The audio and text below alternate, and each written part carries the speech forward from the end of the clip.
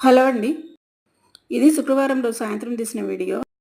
సాయంత్రం ప్రసాదం కోసం పొంగల్ చేసుకుంటున్నానండి. పొంగల్ కోసం ఇలా ముందు గిన్నెకి పసుపు, కుంకుమ పెట్టుకొని గ్యాస్ మీద పెట్టుకున్నాను.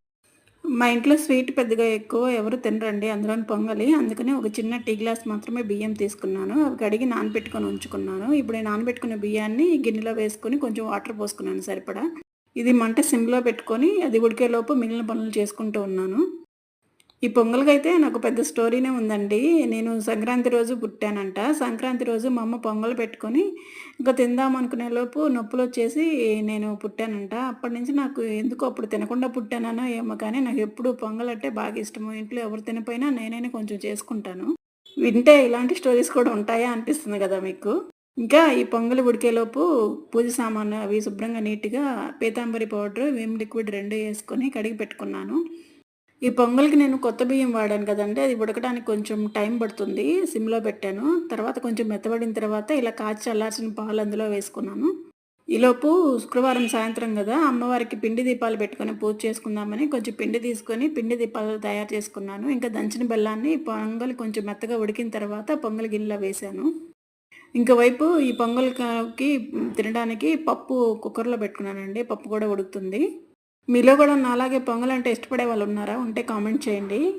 ఇంకా ఇలాచీ పౌడర్ నేను ముందే దంచి ఒక డబ్బాలో పెట్టుకుంటానండి. అది అప్పటికప్పుడు ఇన్‌స్టంట్‌గా వేసుకుంటాను ఆ పౌడర్‌ని టీలో గానీ, ఇలా స్వీట్స్‌లో గానీ. ఇంకా పొంగల్ రెడీ అయిపోయిందండి. కన్సిస్టెన్సీ చూసారు కదా! జారుగా కాకుండా గట్టిగా కాకుండా ఈ కన్సిస్టెన్సీలో ఉంటే పొంగల్ బాగా మనకు టేస్ట్ వస్తుంది. పొంగల్ ఎంత చేసినా దాంట్లో డ్రై ఫ్రూట్స్ ఏస్తేనే దాని టేస్ట్ ఇంకా ఎన్హాన్స్ అవుతుంది కదండీ! ఇప్పుడు ఒక గిన్నెలోకి కొంచెం నెయ్యి తీసుకొని అందులో కొన్ని జీడిపప్పు, బాదం పప్పు వేశాను. అవే ఉన్నాయి డ్రై ఫ్రూట్స్ ఇంట్లో ప్రెజెంటు. వాటిని కొంచెం దోరగా వేగనిచ్చి వీటిని దించి మనం పొంగల్లో వేసేసుకోవటమే. ఇంకా పచ్చి కొబ్బరి ఉంటే దాన్ని కూడా సన్నగా కట్ చేసుకొని పొంగల్లో వేసుకుంటే మనకి ముక్క తగులుతూ పొంగల్ ఇంకా టేస్ట్ ఇంకా బాగుంటుంది.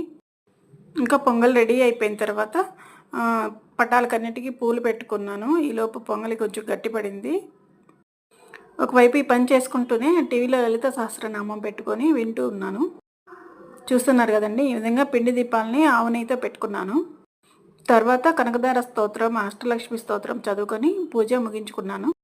ఈ పూలమాల మా చెట్లు పూలేనండి. కనకాంబరాలని కోసి ఇలా పూలమాల కట్టుకొని అమ్మవారి పటానికి అలంకరించుకున్నాను. చూస్తున్నారు కదా, ఇలా వేడివేడి పొంగలి, నెయ్యి, పప్పు కాంబినేషన్ చాలా టేస్ట్ సూపర్గా ఉంటుందండి. ఇంకా ఈ కాంబినేషన్ మీలో ఎంతమందికి ఇష్టమో.